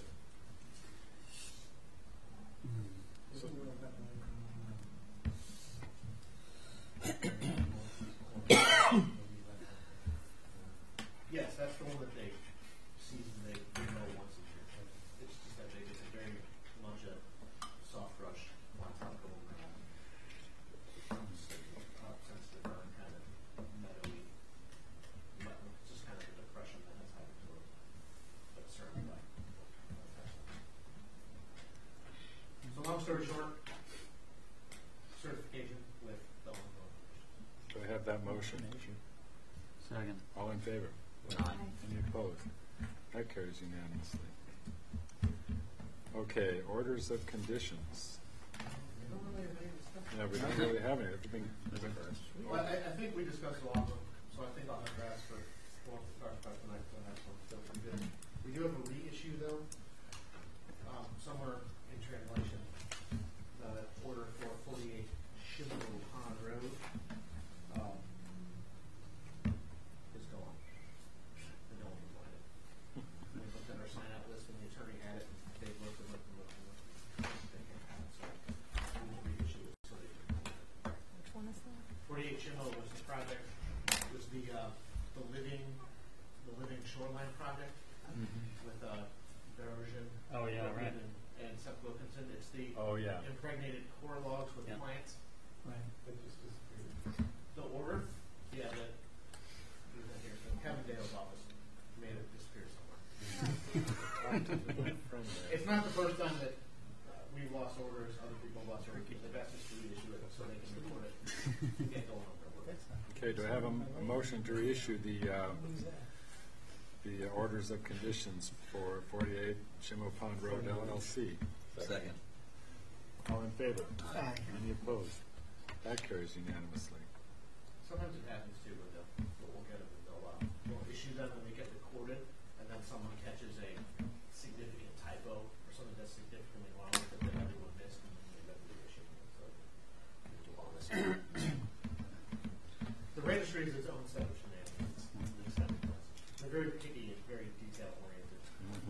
We once reissued one to put the notice where I had left out the middle initial of someone, and they somehow got it recorded, and they caught it after the fact.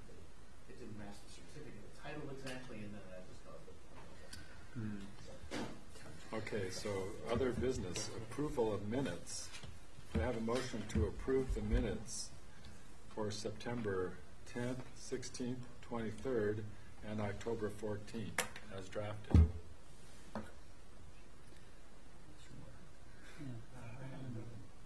I've read a couple of them.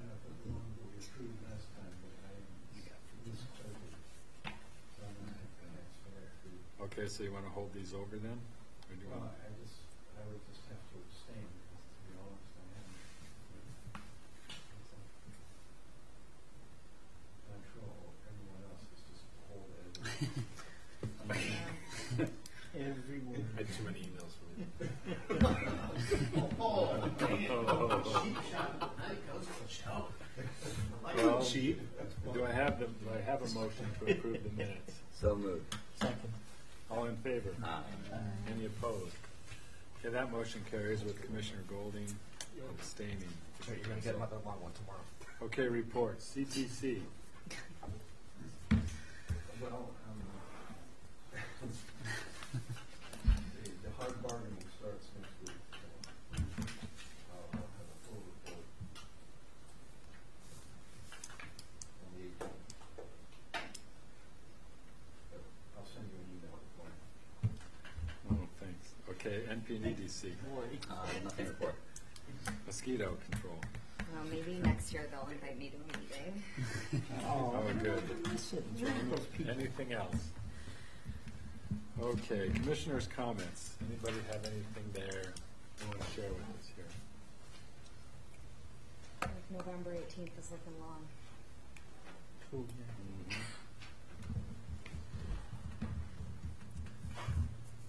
Mr. Administrator, I did have a question for you. Sure. How did the pond openings go? Probably doing really well. Matter of fact, Comic Con is still open. Oh, right. I thought it looked like It's the getting water a was nice really flush. low. We'll assuage everyone's concerns a bit. There's been some concern that Comic Pond is going to somehow magically drain. I will assure you it's not, Oh, geez. not physically possible by the way water works. So, and the way the pressures go between the ocean and the pond, that the ocean would start to fill in more. So we're waiting for it to close up still. We shoot to have a 4-day opening on that pond to get that full 4 days of tidal cycling. This one has been almost 2 weeks, and it's still going back and forth a bit. So we're doing some post sampling on that pond for some basic parameters like salinity, and we check it daily. So we're really hoping that it actually sets Hummock Pond specifically up for a better a better start in water quality when we go to do the spring opening and those samples. So it's one of the goals of the estuaries plan of that pond to be open for the four full days. And our kind of analysis and talks with SMAS and those folks that if you can go above that, the returns start to go down over time just for how much can flush, but it still is better than if you're right on the 4 days. So anything you can do above that doesn't hurt to a point. I mean, I think if it was open permanently, you would see a significant change in the ecosystem of that pond, but the odds of that happening are very, very small. That'd be like the most mild winter in the history of But that's it. Zach has already been done. So Zach was not quite as awesome as Hunter Pond. Zach never likes to open up in the fall. It just doesn't get the volume in the pond to really maintain itself open. So it's kind of more of a spring opener. So sometimes it stays open nice. It's a tough one to guess. It's a weird shape to open. Seems kind of will be much appreciated sometimes. Real quick, let's do one last thing. Just a reminder to you guys that there is a special town meeting coming up that I encourage everyone to attend.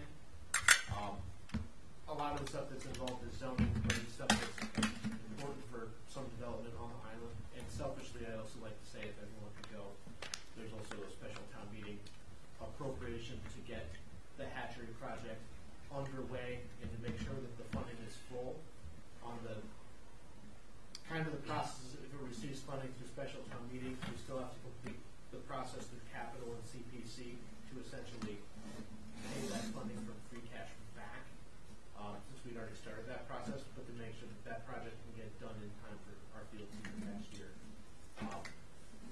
The Board of Selectmen decided to go this route in the short term to get it in and get it done, and then to take care of some bookkeeping in the end that they thought was important. So if everyone can go and vote yes for that, that'd be awesome.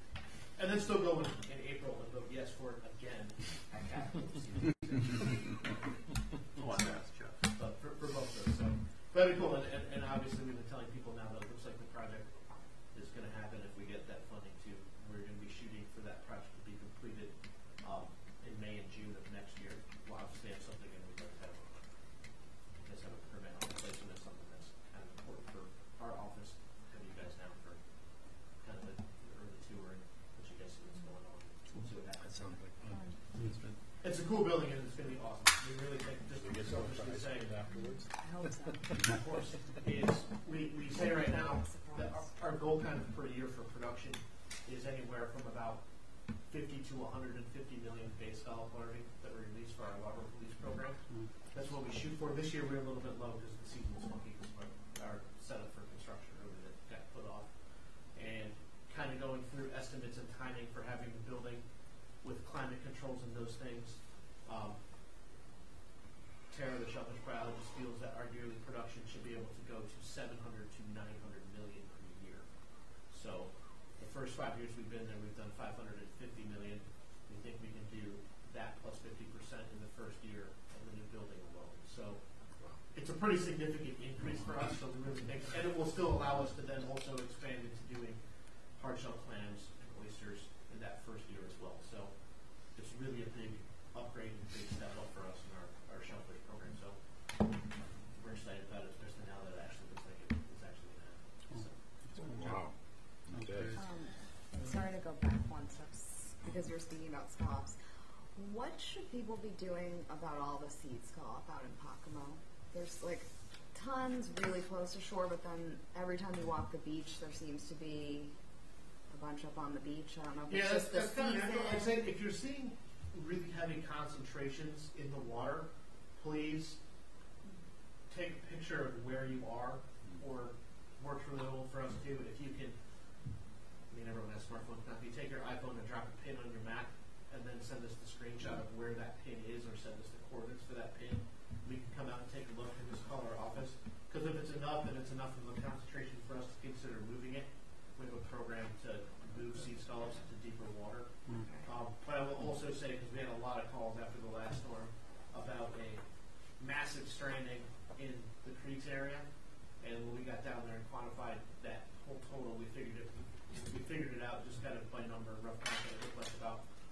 3.5 bushels of scallops. That for us is what we just consider to be kind of natural washout. Massive strainings for us. The last one we did, the last really big straining, we moved just shy of 300 bushels. So it's kind of a different scale of magnitude. But please take note and send it to us. It's important information for us. And that's the easiest way. Just to say. Quays Road, actually Quays has got a ton of seed in the shallows. Yeah. I mean, you really have to watch trying to walk out there. So we try to keep track of them because we do try to move them. I know we Yeah. had an area up in one of the bends too, that up in the third bend that was a little area of concern. So Up in front of those Fargo Way houses, there's a bunch that keep washing up. yeah. So and it does happen too. Yeah. They do get a short. So. But no, please do if anyone sees that stuff in their travels or gets a friend that calls, just have them call our office and let us know where they are. If you can get a good location on it, that's helpful too. And we'll send someone out to take a look, and if there's something we can do, we'll definitely do it. Okay. Thank you. Anything else, Jeff? Or anything else from the commission or anything? No, because we're gonna get out of here by 6.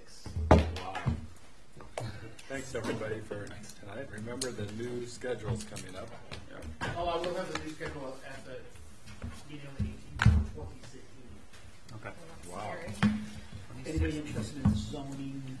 We do need a motion to adjourn. Oh, do I have a motion to adjourn? Motion. Second. All in favor? Aye. Any opposed? Okay, that motion carries. 10 city zoning and 40B is on the agenda for selectmen's meeting this week. Anybody next week? Oh, next week. Yep. So anybody interested in hearing about that? Increasing the zoning? Well, it's going to be stuff related to town, special town meeting. But it's talking about 40B stuff. When is the town meeting, Jeff? When's the special meeting? November 9th. It's a Monday. That's not before our... Actually, I don't think I will be able to make that one. I know I'm traveling that day. The night. I'm sorry. I'll bring it up. But I can probably send somebody. Just send all you guys that are registered. Send a yes. Send a couple of yes votes on the table.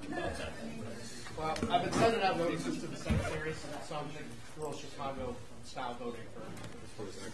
I'm talking to the secretary. That was last week or the beginning of the week. So all our That was the Valeros.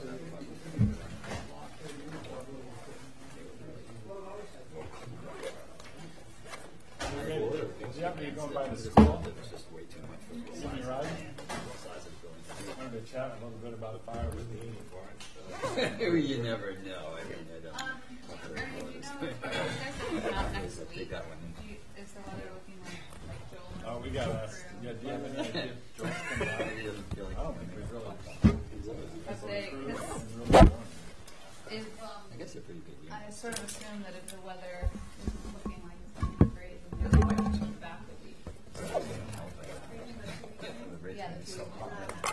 It's not happening at all, or, okay. Somebody came to their senses. Sorry, but it just. That's Okay. So we're still just doing it on a day-by-day basis as the weather. I remember we have to get Jeff out there leading the burn on a simple unit just by himself. Well, He's causing. It's not 40B right next to it. To have low complexity prescriptions, right? yeah. Well, I think, yeah. Is that right? Is that what they're talking about? What is that? Who is? Right. So I think it's about 40B guy. He was trying to buy due diligence and Boy creating Scouts.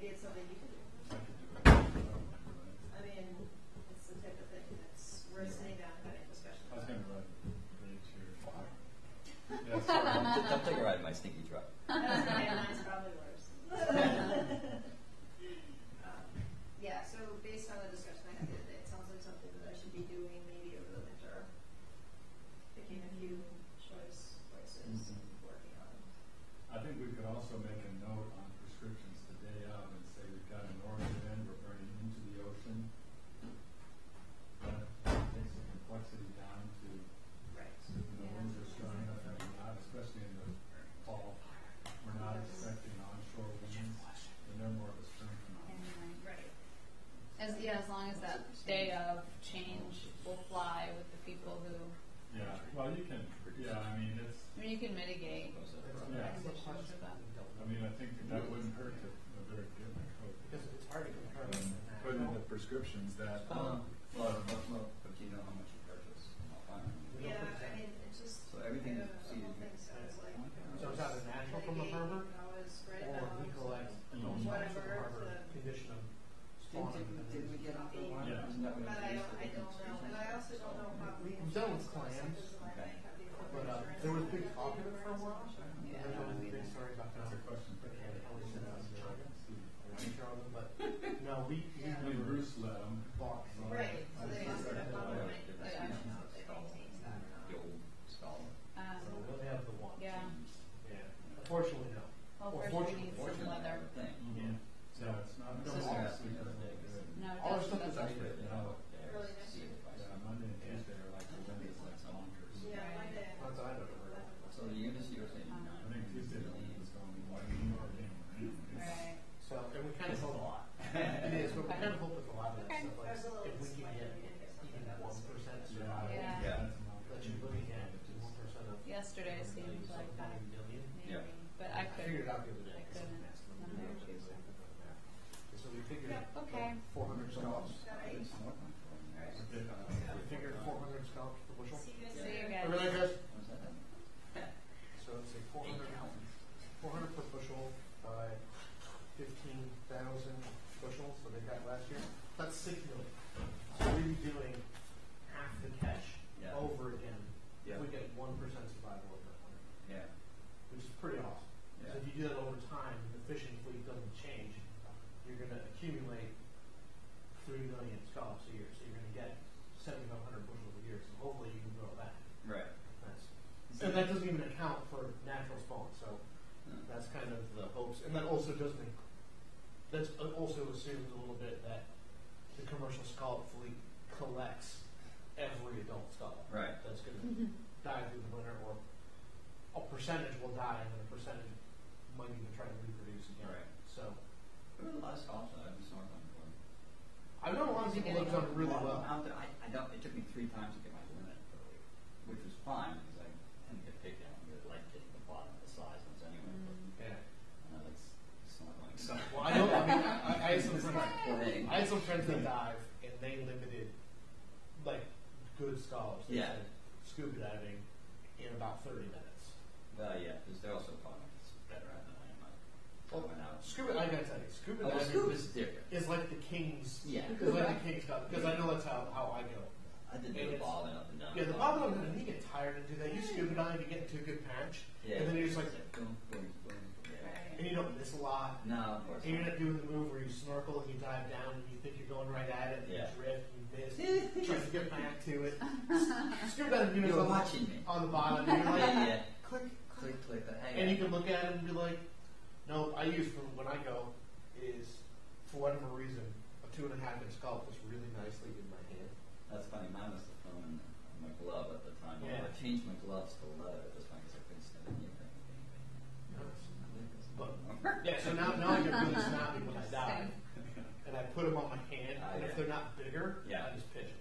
Well, that's the thing. They're legal. Like I've even seen ones that are legal. Like I can feel Yeah. the ring through my scuba gloves, See, that's amazing. and I'm still just like Not big Yeah. enough. not doing enough. Yeah, I made a gauge, and it was just easier because I can't feel the ring. Yeah. I would have to kind of figure out the stupid ring. But It can be tricky. It can be. But no, but there was a lot of it. There was still a lot that was last one. Well, that's good. Well, all we're really hoping, and it's kind of what I tell Tara because she gets mad at me when I say, is I just hope that every year we start the season with one more than we finish with last. Yeah. Mm-hmm. Yeah. And I was like, and if it's 100 more, then we're not doing it to the good. Yeah. And if we're 1,000 more, I was like, but if we have one more every year, Yeah. that means the population is stable and going Yeah. up. Yeah. Like that's what the name of the game is, and I actually got into it with Bill Blunt one day because he said something about he wanted the fishermen to be able to take like 1 million bushels a year. And no, he said 1 million bushels in a year. Yeah. And I said back to him, I said, Bill, I would love for them to be able to do that, but I want them to be able to do that every year. Yeah. Yeah. Not just in a year, I want it every year. And he looked at me funny, and I was like, Bill, that's what we do. Yeah. I was like, I don't care about the economics of it or what's there, because I want the commercial fleet to be able to go out and get their limited scallops every day, because what that tells me at the end of the day is that our harbor is going in the right direction. Right. And that's what's important. Like, the habitat's what's important. And if you have the habitat, you have the water, you're going to have the shellfish. Right. It's like you won't be able to take them fast enough if the habitat and the water is there. And it's like your limit will go up. It's like your limit will be 6 bushels. Yeah. And then 7, and then 8. Bill will be going to get before that happens. You know, I probably will be too. But that's the goal, is to say, I mean, the state limit is 10 bushels a day. Yeah. It's 5. Is to say, I would love for that to be the day when we're like, you guys can all take 10 bushels a day, have at it. Yeah. And just say, that's it. And have the hatchery and the natural spawn. And I would really even love it at some point for the hatchery to say, you know what? We're just going to line up. We're, instead of doing 10 base scallop spawns a year, we're going to do 5. Yeah. And we're going to do soft shell clams and hard shell clams and oysters in between to do our other populations. I even told Terry at one point, like, I would even love to just be like, we're doing so well, we just decided for shits and giggles to do some like blood arcs. Those blood arc clams. Or like, we did a toenail clam spawn. Why? Because we did. Well, we produce razor clams. They had the razor clams. Razor clams are interesting. We do have razor clams. We have a natural population, but they're very small. Very small. I remember growing with tons of them. Yeah, they're very small. Some of them get tricky, is we talked about mussels for a while, but mussels are fraught with problems. Yeah. Because part of their life cycle involves like being in a fish belly, I guess, like sitting in there. And it That does complicate the hatchery for a while. Yeah, that takes a little more space. And then you got to get like the whole like ropes for them to grow on and stuff. Mussels are much more complicated. Oysters and stuff are much easier. Yeah. Mussels are still pretty strong. They're around, and it depends. The cool project that I think is really interesting is one that the Vineyard guys and Rick Carney's hatchery was working on, where they started working on salt marsh restorations by fixing the substrate for the salt marsh grass for this Spartina with horse mussels. Because you know when you like go through the creeks, and the edges of the creeks are all just lined with mussels in the grass, is they started setting mussels onto Spartina plugs, and then they could rebuild the salt marsh using those to get all of those together to set up like the edges and do patches and fill in patches for the edge and then let it grow in naturally. And it was really awesome. Kind of a pilot still too, so we'll have to see how long it goes. On the Vineyard. Yeah, those guys are really cool. They have I will say it because they're not here, but they have almost a more ghetto hatchery than ours. But theirs isn't municipal. They're a private group that gets some municipal funding, and their hatchery is on one of the big inlets on the Vineyard. But it's these like they're these old brick buildings that are like 4 floors high, but they're like the size of the table, and they're just gnarly spots. They're beat up. And then they have the state used to have a big hatchery and aquatic facility on the Vineyard that they pretty much shut down. They let these guys kind of move into and do some work in a little bit, but they don't like it as much because it's not their little dirty space. And some of the plumbing for the state hatchery is ginormous. Like the pumps to bring in water are like municipal water supply size pumps. They're huge. And they're like, it's just too much. They're like, we can't maintain it. We don't know how to fix it.